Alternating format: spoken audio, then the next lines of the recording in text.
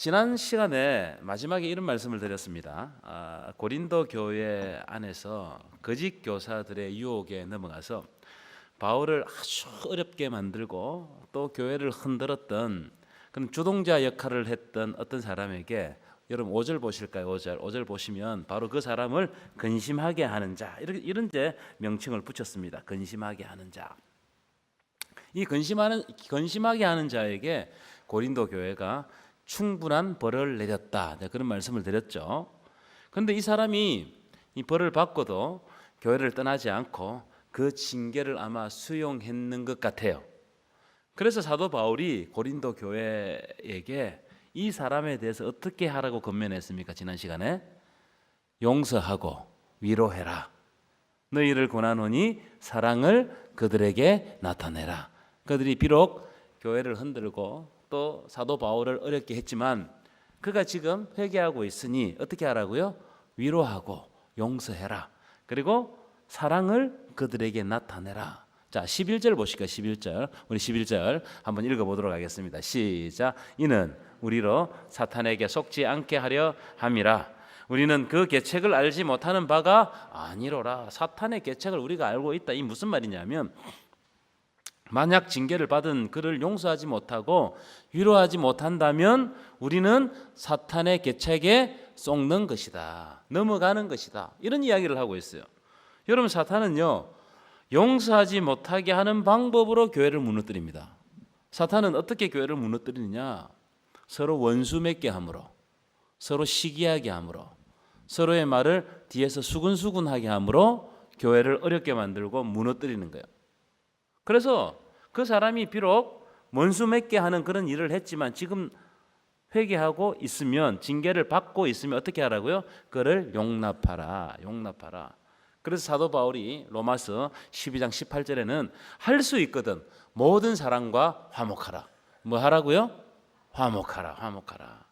빌립보서 4장에 보면은 너희 관용을 모든 사람에게 알게 하라. 왜냐하면 용서와 관용 그리고 화목이 바로 예수님의 방법이다. 예수님은 이 땅에 오신 목적이 십자가를 지러 오셨습니다. 그렇죠? 이게 왜 십자가를 지러 오셨습니까? 하나님과 우리 사이가 원수가 되었는데 그걸 어떻게 하시라고요? 화목하게 하기 위해서 화목의 제물로 오셨다. 예수님이 오신 목적이 뭐냐? 우리에게는 용서받을 수 없는 죄가 있지만 그러나 그분께서 직접 십자가를 지심으로 하나님과 우리가 원수되었는데 그것을 화목하게 하고 연합하게 하기 위해서 이 땅에 오셨다. 그래서 용서와 관용은 뭐냐? 예수님의 방법이다. 아멘이십니까? 아멘. 용서와 관용은 예수님의 방법이다. 그래서 공동체 안에서, 교회 안에서 때때로 실수하는 사람이 있죠. 실수하는 사람이 있습니다. 그럼에도 불구하고 그가 뉘우치고 하나님 앞에서 제 사함 받기를 기도한다면 그를 따뜻하게 안아주고 위로하고 관용해야 된다는 거예요. 우리 교회가 그런 교회가 되시기를 간절히 축원합니다. 자, 이제 띄워주실까요? 오늘 말씀의 주제는 그리스도의 향기입니다. 따라합시다. 그리스도의 향기. 그리스도의 향기. 여러분, 향기는 숨길 수가 있어요, 없어요? 없습니다. 향기는 드러나게 되어 있어요. 향기는 그냥 맡아지는 겁니다. 맡고 싶어서 맡는 것도 아니죠. 그냥 냄새가 있으면 그냥 자연스럽게 맡게 되는 겁니다. 그래서 좋은 냄새는 사람을 기분 좋게 해요, 기분 나쁘게 해요? 기분 좋게 하죠. 반면 악취도 마찬가지입니다. 악취도 숨길 수가 있습니까, 없습니까? 곧 드러납니다. 그래서 악취는 많은 사람들에게 고통을 줍니다. 악취가 확 나면 고통이 오죠. 이게 지금 오늘 본문의 주제예요. 자, 그렇다면 우리가 자기 자신에게 물어야 될 것 같아요. 나는 그리스도의 향기인가? 아니면 예수 믿는다고 하면서 악취를 드러내지 않는가? 이게 오늘 말씀의 주제입니다. 여러분들은 그리스도의 향기입니까? 아니면 악취입니까? 자기 자신에게 물어야 돼요. 이게 같은 냄새지만 냄새가 달라요. 어떤 사람은 예수를 믿으면서 향기를 드러내요. 그래서 저 사람을 보면 과연 저게 예수 믿는 거구나 알아요. 그런데 어떤 사람은 예수를 믿는다고 하면서도 악취를 드러내요. 그래서 사람들이 뭐라고 이야기합니까? 야, 저걸 보면 나는 예수 못 믿겠다. 그러니까 내가 향기냐 악취냐 이걸 한번 돌아보시라는 겁니다. 자, 12절 13절입니다. 함께 읽겠습니다. 시작. 내가 그리스도의 복음을 위하여 드로아의 이름에 주 안에서 문이 내게 열렸으되 13절 내가 내 형제 디도를 만나지 못하므로 내 심령이 편하지 못하여 그들을 작별하고 마게도냐로 가노라. 지난주 계속 이어지는 말씀입니다. 잠시 지도를 한번 보실까요? 이 말씀을 좀 알려고 하면 이제 이 지도는 3차 전도 여행 지도입니다. 사도 바울은 참 에베소를 사랑했습니다. 그래서 참 에베소를 가려고 참 노력했어요. 그래서 이제 3차 전도 여행할 때는 아예 처음에는 에베소 보이죠? 안디옥에서 에베소를 목적으로 해서 이제 착 가는 겁니다. 이 에베소에서 지난주 말씀드린 것처럼 고린도 교회에 문제가 있다는 소식을 들어요. 에베소에서 한번 찍어주면 좋겠구만은. 아 됐다. 에베소죠, 그죠? 여기 항구 도시인데 이 에베소에서 고린도 교회에 문제가 생겼다는 소식을 듣습니다. 글로의 지편을 통해 가지고. 그래서 이제 고린도 전서를 기록해 가지고 이 문제를 해결하기 위해 가지고 그걸 고린도 전서를 기록해 가지고 디모데를 고린도에 보냅니다. 그래서 전달해요. 그래서 이제 아마 배를 타고 여기로 보냈을 겁니다. 그런데 이 고린도 전서를 보내고 난 다음에 문제가 해결됐어요, 안 됐어요? 해결되지 않았죠. 해결됐으면 다른 걸 안 썼겠죠, 그죠? 디모데를 통해서 어떤 보고를 받느냐면은 이 고린도 교회의 문제가 사도 바울이 보낸 고린도 전서 때문에 더 악화된 거예요. 막 이게 막 소용돌이로 들어가 버린 겁니다. 그래서 어쩔 수 없이 바울이 이번에는 자기가 직접 고린도에 가기로 결심을 한 거예요. 그래서 이제 여기 이제 에베소에서 배를 타고 고린도로 갑니다. 이걸 이제 2장 1절에 보면 근심하는 마음으로 갔다는 거예요. 이 근심의 방문이라고, 근심하는 마음으로 막 무거운 마음으로 갔어요. 하지만 이 바울이 개척한 교회잖아요. 바울이 직접 방문했음에도 불구하고 문제가 해결되지도 않았을 뿐더러 오히려 고린도 교회로부터 바울이 배척당합니다. 자기가 개척했는데 그 교회 갔는데 바울을 환영하지 않고 배척해버린 거예요. 여러분 충격을 받겠어요, 안 받겠어요? 어마어마한 충격을 받습니다. 그래서 바울이 고린도에서, 여기 고린도지 않습니까? 고린도 에베소로 다시 돌아옵니다. 다시 돌아와가지고 너무너무 무거운 마음으로 눈물의 편지를 씁니다.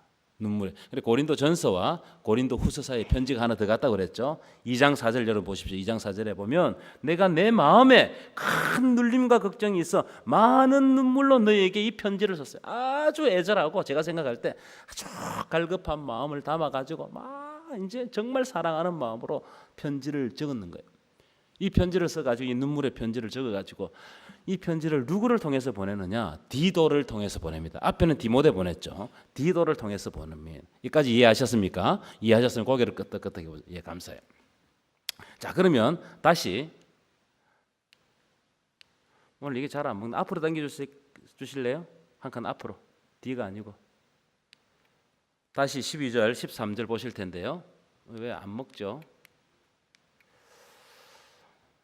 예. 12절 보십시오. 여기 12절 보시면 내가 그리스도의 복음을 위하여 내가 그리스도의 복음을 위하여 드로아의 이름에.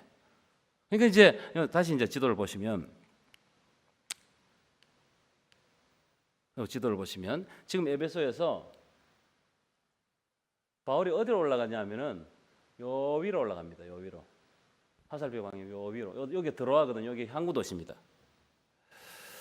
바울이 에베소에서 디도를 고린도로 보내놓고 바울은 이게 너무너무 걱정스러운 거예요. 그래서 자기는 북쪽으로 이제 육로로 가는 육로로 해가지고 위로 쭉 올라가는 겁니다. 올라가가지고 드로아까지 이르는 거예요. 그런데 바울이 드로아에 이르는데 지금까지 열리지 않았던 복음의 문이 딱 열리는 거예요. 놀라운 일이죠. 하나님이 역사하셨던 것 같아요. 우리가 알다시피 이 복음의 문이 열리는 것이 얼마나 힘듭니까? 그죠? 우리가 한 사람 정해놓고 전도하기도 너무너무 힘든데 그 지역에 복음의 문이 딱 열렸어요. 하지만 이 사도 바울의 마음에 고린도 문제가 너무 시급하고 중요하고 이 문제 때문에 마음에 눌림이 있는 거예요. 그래서 에베소에서 출발할 때 어디를 목적지로 두고 출발했느냐면 고린도를 목적지로 두고 출발했기 때문에 드로아에서 이 고린도 교회 문제 때문에 복음 전하는 일에 집중하지 못했던 것 같아요. 그런 이야기가 12절 13절에 나와요. 13절 더구나 13절 보십시오. 13절 보시면 더구나 내가 내 형제 디도를 만나지 못함으로, 이게 무슨 말이에요? 고린도에 보낸 디도를 드로아에서 만나기로 약속을 했던 것 같아요. 그런데 만나기로 약속했는데 만나지 못하니까 바울의 마음이 더 불안했겠어요? 안 불안했겠어요? 너무너무 불안한 거예요. 그래서 내 심령이 편하지 못해요. 내 심령이 불안한 거예요. 어떻게 되었을까? 편지를 보냈는데. 그래서 제가 추정하는데 바울 선교팀 중에 몇 사람을 드로아에 남겨놓고 전도를 거기 사랑에 맡기고 바울은 어떻게 하냐면 이 드로아에서 이 마게도냐 땅이잖아요, 그죠? 마게도냐를 넘어가요. 배를 타고 넘어갑니다. 왜냐하면 빨리 디도를 만나가지고 눈물의 편지를 읽은 이 고린도 교회가 어떤 반응을 보였는지 이걸 알고 싶었어요.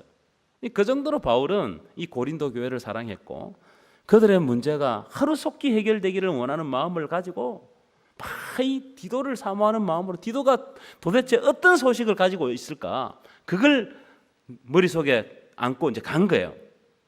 여러분 이 바울의 이 고린도 교회를 향한 사모하는 마음이 보입니까? 읽혀져요? 이런 분이 있기 때문에 그 어려운 가운데도 교회가 막 세워지는 겁니다. 자, 그래서 이런 이 사모하는 마음과 이 디도를 보내고 디도를 만났는지 안 만났는지 여러분 궁금해요, 안 궁금해요? 궁금하죠? 자, 그래서 7장을 넘어요. 7장으로 넘어가시면 제가 올려놨습니다. 7장 5절 보실까요? 자, 제가 읽어드릴게요. 7장 5절 앞을 보십시오.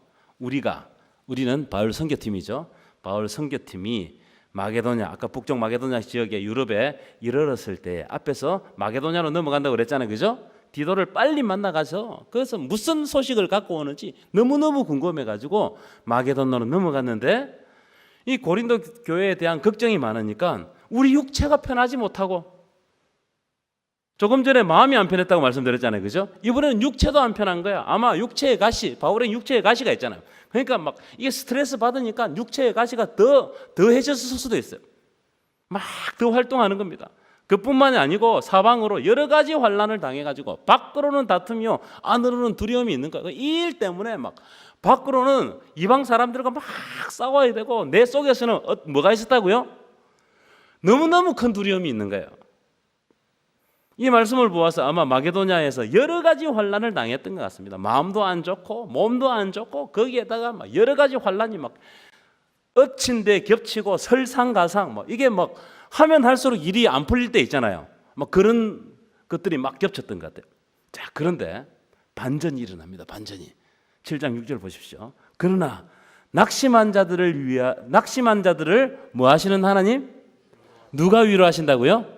하나님이 위로하신다래요. 하나님이. 그럼 어떻게 위로하시느냐? 디도가 오므로, 디도를 만났어요.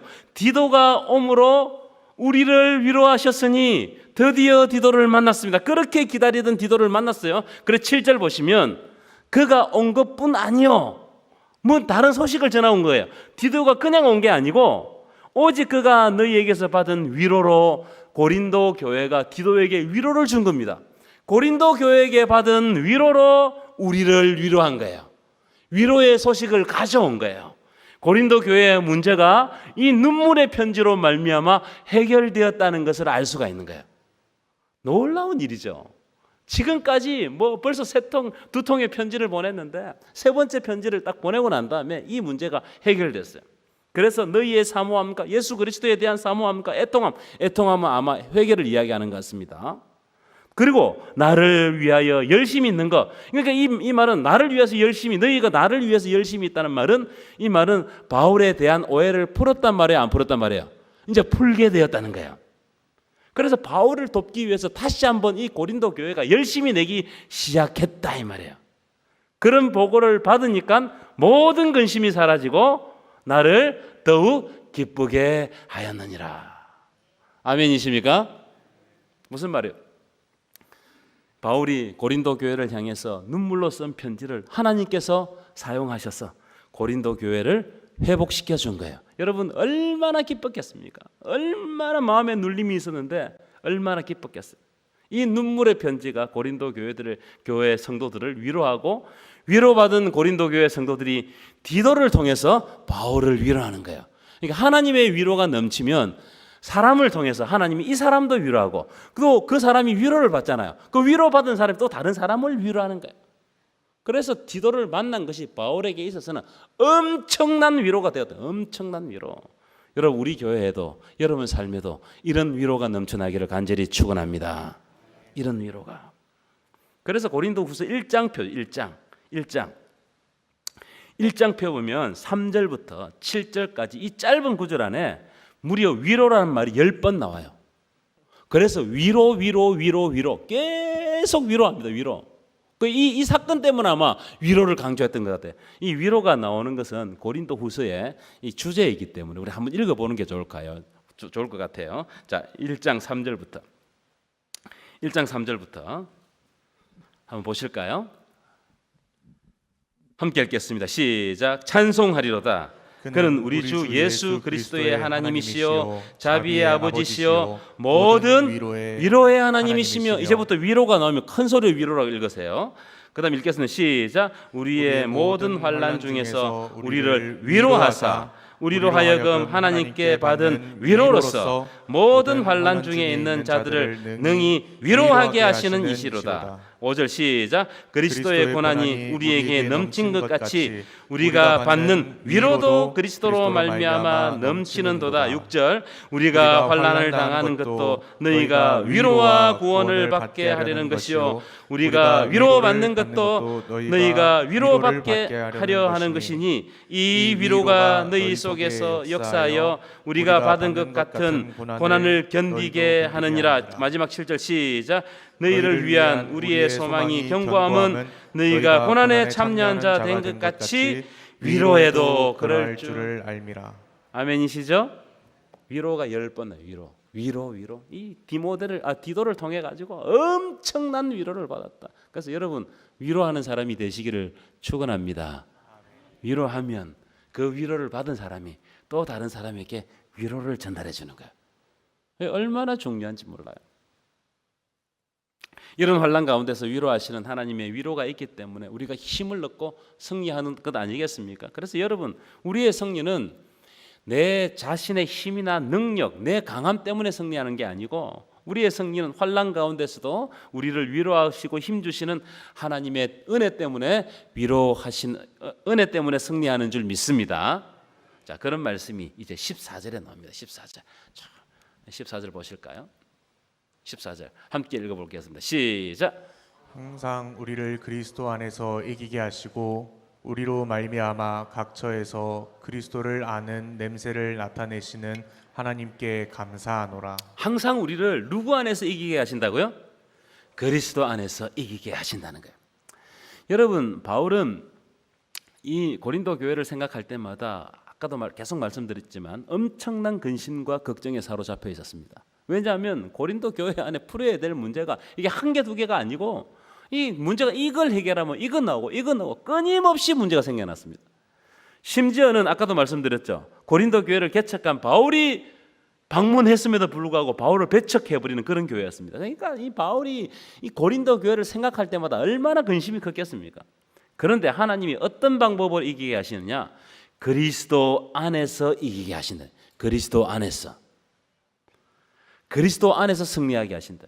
그리스도 안에서 이기게 하신다는 말은 바울이 세상적인 방법으로 고린도 교회의 문제를 풀려고 하지 않고 십자가에서 자신의 모든 것을 내어주신 예수님의 마음으로 품고 기도하면서 그들에게 편지를 썼을 때에 하나님이 그 편지를 통하여서 하나님의 위로가 고린도 교회에 충만하게 하셨고 그 위로를 디도를 통해서 다시 바울이 받게 하심으로 말미암아 주 안에서 기뻐하게 하셔서 모든 문제를 풀게 하셨다. 이게 바로 하나님의 방법이고 그리스도 안에서 이기는 방법이에요. 아멘이시죠? 예수 안에서 우리의 모든 문제들 가운데서 승리하게 하실 줄 믿습니다. 자, 그런 의미를 가지고 요한복음 16장 33절 한번 읽어볼까요? 시작. 이것을 너희에게 이르는 것은 너희로 내 안에서 평안을 누리게 하려 함이라. 세상에서는 너희가 환난을 당하나 담대하라. 내가 세상을 이기었노라. 예수님은 방금 읽은 말씀을 통해서 그리스도인들이 세상 살 때 환난이 없다 이렇게 말씀하지 않아요. 너희들이 세상 살 때 환난이 없다, 무조건 다 복 받는다 이렇게 말씀하지 않습니다. 너희들이 세상 살 때 필연적으로 환난을 당한단 말이에요.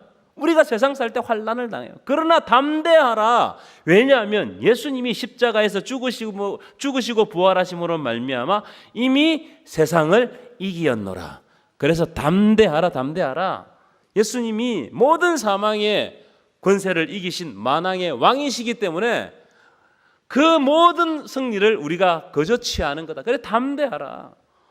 사도 바울은요, 우리가 잘 알지 않습니까? 다메섹에서 부활하신 예수님을 만나죠, 그죠? 이 죽음에서 부활하신 예수님을 만납니다. 만나고 난 다음에 그의 모든 사역은 승리하신 예수님과 함께 그 길을 걸어온 사역이었어요. 한 번도 그 길에서 이탈을 한 적이 없습니다, 사도 바울은. 그러니까 그의 삶에 환난이 때때로 있었지만은 패배는 없었어요. 환난은 있죠. 근데 그는 패배하지 않습니다. 왜냐하면 그리스도께서 승리하시는 그 승리의 큰 흐름, 그 승리의 예수의 큰 승리의 물줄기 속에 바울이 함께 동행하고 있기 때문에 환난은 때때로 있지만 패배는 없는 거예요. 여러분, 우리가 예수 믿으면서 인생을 살아가잖아요. 때때로 환난이 있어요. 하지만 우리가 걸어가는 것은 예수님, 승리하신 예수님이 이겨놓으신 그 구속의 역사 가운데 우리가 살아가기 때문에 우리는 때때로 환난이 있지만 패배는 하지 않습니다. 믿으십니까? 어떤 때는 환난이 있어가지고 조금 지는 것처럼 보일 때도 있어요. 하지만 절대로 그렇지 않다는 거예요. 예수께서 이기신 이 승리의 물줄기, 이 구속사의 놀라운 그 방향은요, 바꿀 수가 없어요. 이미 정해진 거예요. 우리가 예수를 믿는 순간 우리의 구원은 정해졌어요. 아멘이십니까? 이걸 여러분 바꿀 수가 없어요. 예수께서 이겨놓으셨다. 그래서 사도 바울이 14절에 보시면 두 가지 이유 때문에 바울이 감사한다는 거예요. 감사. 14절에 보면은 첫 번째는 방금 말씀드렸던 그리스도 안에서 우리를 항상 승리하게 하기 때문에 감사하는 거예요. 여러분, 그래서 우리에게는 환난이 있어서 좀 힘들긴 하지만 우리는 승리를 향해서 계속 나아가고 있다는 거예요. 그래서 이것을 감사하시기를 바랍니다. 이렇게 감사하라는 거예요. 그럼 두 번째 뭘 감사하느냐? 우리로 말미암아 각처에서 그리스도를 아는 냄새를 나타나게 하기 때문에 감사하라는 거예요. 나를 통해서 그리스도를 아는 냄새가 막 드러나는 거예요. 여러분 기분 좋지 않습니까? 여러분이 딱 지나가면 예수 냄새가 싹 나는 거예요. 그럼 다른 사람이 그 냄새를 맡고 기분 좋겠어요? 기분 나쁘겠어요? 그 이야기를 하고 있는 거예요. 자, 이 말씀은 그 당시 시대적인 이 정황을 비유한 말씀인데 아주 특별한 장면을 비유한 겁니다. 어떤 장면이냐면 로마 황제나 그 로마 황제에 속한 어떤 장군이 전쟁을 나가가지고 승리를 하잖아요. 개선 장군이 되어서 돌아오잖아요. 그러면 돌아올 때 온 길거리에 로마를 상징하는 특별한 향을 확 피운다는 거예요. 향을 쫙 피운다는 거예요. 그 승리를 이 로마가 승리했다는 것을 냄새로 알리는 거예요. 그 냄새가 딱 퍼지면 사람들이 로마가 승리했구나 이걸 아는 거예요. 그래서 이제 사도 바울이 금방 말씀드린 이 비유를 가지고 하나님이 우리를 그리스도께서 승리하셔서 그 놀라운 승리의 이 행진이 시작될 때 그 승리의 행진 속에 우리를 있게 하셨다는 거예요. 그러니까 우리가 지금 살아가는 이것은 좀 부족하고 연약하고 환난도 있지만 우리는 예수 그리스도께서 승리하신 그 승리의 행진에 함께 걸어가고 있는 거예요. 믿으십니까? 자, 그러면 우리가 그 승리의 행진 속에서 예수님과 함께 동행하는데 그러면 우리 승리한 우리의 역할은 뭐냐? 그 승리를 알리는 향기의 역할을 우리에게 맡겨주셨다. 이 말씀이 14절 말씀이에요. 그리고 15절 보실까요? 15절입니다. 한번 읽어보겠습니다. 시작. 우리는 구원받은 자들에게나 망하는 자들에게나 하나님 앞에서 그리스도의 향기라는. 여러분, 앞에서 말씀드린 승리의 향기는 전쟁에서 승리한 군인들, 즉 우리 편만 그 향기를 맡는 게 아니죠. 그렇겠죠? 그 향기는 전쟁에서 승리한 사람들도 그 향기를 맡지만 전쟁에 져서 노예로 끌려오는 사람들, 즉 망하는 자들도 똑같이 그 향기를 맡는다는 거예요. 그 향기는 아군이나 적군이나 다 맡는 거예요. 그리스도의 향기, 이 향기는 다 맡는 겁니다. 마찬가지로 우리가 예수 그리스도께 향기가 되는 것은 예수 믿는 사람들에게만 향기가 되는 게 아니고 예수를 알지 못하는 안 믿는 사람들에게도 향기가 돼요, 안 돼요?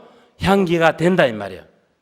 그래서 세상 사람들이 예수 그리스도의 승리를 우리 삶의 향기를 맡고 예수님께 나오는 거예요. 우리 삶의 향기를 맡고. 그러니까 여러분, 내 삶이 중요합니까, 안 중요합니까? 내가 예수 믿고 예수님의 향기를 드러내는 이 삶은 너무너무 중요한 거예요. 예수 안 믿는 사람이 예수의 향기를 나의 삶을 통해서 맡는다 이 말이에요. 그렇기 때문에 내 삶을 통해서 그리스도의 향기를 드러내는지 드러내지 않는지를 살펴볼 필요가 있다. 예수 그리스도의 승리의 향기를 발산하는 것, 이게 바로 우리의 사명이다. 아멘이십니까? 이게 우리의 사명이다. 여러분, 향수인데 향기가 없다면 쓸모 있어요, 없어요? 쓸모가 없죠. 소금이 그 맛을 잃으면 쓸모 있어요, 없어요? 없죠. 사람들에게 밟힐 뿐이니라. 그래서 우리에게는 예수님의 특유한 향기가 나야 돼요. 예수님의. 그래서 많은 사람들이 내가 예수 믿는 것을 알게 해야 돼요. 저 사람 그렇지. 저 사람 예수 믿는 사람이지. 가만 보니까 저 사람에게서 아주 예수님의 아름다운 향기가 난다. 나도 후에 만약 종교를 선택한다면 저 사람과 같이 내가 향기 나는 삶을 살아야 되겠다. 이게 우리에게서 나야 된다는 거예요. 그런데 나중에 말씀드리겠지만 저 사람 보니까 예수 믿는다고 하는데 악취가 난다. 악취가. 내가 저걸 보고 내가 뭘 보고 예수를 믿겠냐. 니나 잘 믿어라. 그렇게 말하지 않겠냐 이 말이에요. 우리 삶 가운데 무슨 향기가 나냐. 자, 그런 의미를 가지고 16절 한번 보실까요? 16절 읽어보겠습니다. 시작. 이 사람에게는 사망으로부터 사망에 이르는 냄새요 저 사람에게는 생명으로부터 생명에 이르는 냄새라. 누가 이 일을 감당하리요. 향기가 모든 사람들에게 풍겨지지만 그러나 향기가 모든 사람에게 같은 의미로 다가오는 것은 아니다 이 말이에요. 잘 생각해 보십시오. 앞에서 말한 개선 장군이 피우는 향기는 우리 편에게 있어서는 생명의 향기가 되는 겁니다. 그래서 좋은 냄새죠. 그렇죠? 그래서 저 사람에게는 생명으로부터 생명에 이르는 냄새가 된다는 거예요. 와, 저거 예수 믿으니까 정말 생명이 있구나. 이 생명에 이르는 냄새가 되는 거예요. 하지만 반대로 전쟁에 져서 포로된 사람에게는 이 향기는, 이 로마에서 피운 향기는 향기로운 냄새가 아니고 심판의 냄새가 되는 거예요. 심판의 냄새. 그렇겠죠? 그래서 나중에 어떤 사람은 죽기도 하겠고 어떤 사람은 죽음보다 더 힘든 포로의 삶을 사는 겁니다. 그래서 이 사람에게는 사망으로부터 사망에 이르는 냄새가 된다는 거예요. 똑같은 냄새인데 어떤 사람은 그 향기를 맡고 생명의 향기를 맡고 어떤 사람은 그 향기를 맡으면서 심판의 향기로 생각한다는 거예요. 그렇기 때문에 여러분, 우리가 향기를 바라는 것은 계속해서 바라야 돼요.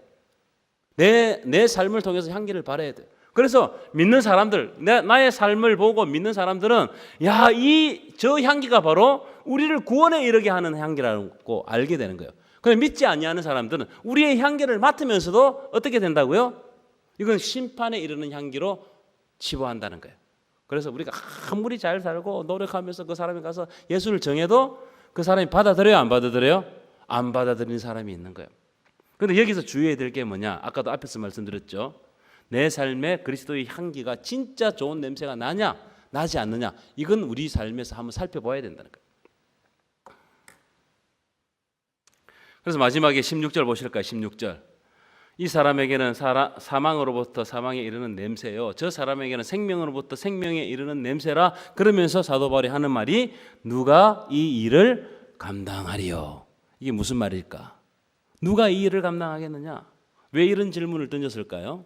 이 일을 예수 그리스도의 향기를 바라지 않고 예수 그리스도를 믿는다고 하면서도 많은 사람들에게 악영향을 끼치는 사람들이 있었다. 그걸 누구라 생각하느냐 하면은 고린도후서를 쭉 읽어보면 거짓 선지자들에 대한 경고라고 말씀하고 있습니다. 고린도 교회에 엄청난 분쟁을 일으키고 이 바울과 고린도 교회를 갈라놓고 막 그래서 여러분 사탄은요 항상 틈을 만듭니다. 분란을 조장하고 어지럽게 하고 시끄럽게 하고 막 이랬단 말이에요. 그 17절 볼까요? 17절 보시면 한번 읽어보십시다. 시작. 우리는 수많은 사람들처럼 하나님의 말씀을 혼잡하게 하지 여기에 아니하고 수많은 사람들이 누구냐면은 바로 거짓 교사들. 수많은 거짓 교사들이 들어와 가지고 사도 바울이 전한 복음을 비틀고 왜곡시켜 가지고 하나님의 말씀을 왜곡시켜 버리는 거예요. 혼잡하게 하는 거예요. 그래 가지고 이 고린도 교회를 너무너무 복잡하게 만들어 버렸어요. 그런데 우리는 어떻게 했다고요? 우리는 수많은 사람들처럼 하나님의 말씀을 혼잡하게 하지 아니하고 그다음 읽어 보십시다. 시작. 곧 순전함으로 하나님께 받은 것 같이 하나님 앞에서와 그리스도 안에서 말하노라. 저는 이 말씀을 상당히 주의 있게 읽었어요. 우리 한국 땅에는 하나님의 말씀을 팔아서 먹고 사는 장사꾼들이 많다고 생각합니다. 목사도 있을 수 있고 뭐 여러 가지 직업군이 있을 수 있다고 생각합니다. 하나님의 말씀을 전하는 것처럼 하면서 나를 높이고 나를 팔아먹고 내 가치를 더 높여가지고 내 이익을 취하는 사람들이 많다는 거예요. 제가 이 말씀을 읽으면서 참 두려움에 잠겼습니다. 왜냐하면 나도 앞에서 하나님의 말씀을 전한다고 하는 사람인데 나도 그런 장사꾼에 해당되지는 않는가. 표준 세목 번역 보십시오. 많은 사람들은 하나님의 말씀을 팔아서 먹고 사는 장사꾼이 되었다는 거예요. 고린도 교회 안에 거짓 선지자가 들어와 가지고 예수 그리스도의 향기를 내지 못하고 악취를 내 가지고 교회를 분란시키고 서로가 서로 싸우게 하고 시기하게 만들고 원수 맺게 하는 일을 만들었다는 겁니다. 그래서 여러분 오늘 말씀을 딱 저 말씀을 볼 때 다른 사람을 보지 마시고 자기 자신을 봐야 된다는 거예요. 무슨 말을 하든지 간에 밑에 보십시오. 항상 하나님 앞에서 그리고 그리스도 안에서 말해야 된다는 거예요. 이게 교회를 지켜내는 방법이라는 거예요. 우리가 우리의 감정이나 내 상식이나 내 주관을 가지고 말하는 것이 아니고 내가 말을 할 때 진실한 마음으로 하나님께서 보시는다고 생각하는 호람대오의 정신으로 그리스도 안에서 말을 하고 행동할 때 우리가 그제서야 비로소 그리스도의 향기가 되고 우리의 그리스도의 향기를 통해서 무너져가는 교회들이 바로 세워지는 거예요. 아멘이십니까? 이걸 오늘 우리들에게 사도 바울이 가르치고 있고 요구하고 있다고 생각합니다. 여러분도 아시는 것처럼 이 땅의 교회들이 많이 무너지고 있습니다. 그렇죠? 그런데 왜 무너질까? 바로 저 말씀인 것 같아요. 띄워주십시오. 저 말씀인 것 같습니다. 내가 하나님 안에서 말하지 못하고 내가 나를 여기 보시면은 하나님의 말씀을 팔아서 먹고 사는 그런 사람들이 다수가 될 때 그때는 어쩔 수 없이 교회는 하나님의 말씀이 혼잡하게 됨으로 말미암아 무너지는 거예요. 태초에 말씀이 계시고 그 말씀이 성육신하시고 그 성육신하신 말씀이 우리가 믿는 예수 그리스도인 줄 믿습니다. 그러면 우리 교회 안에 말씀이 바로 세워져 가야 되는 놀라운 역사가 일어나야 되는 겁니다. 아멘이십니까? 그래서 여러분들도 하나님 안에서 말하고 그리스도 안에서 말해서 우리 교회를 아름답게 세워가는 저와 여러분 되시기를 간절히 축원합니다.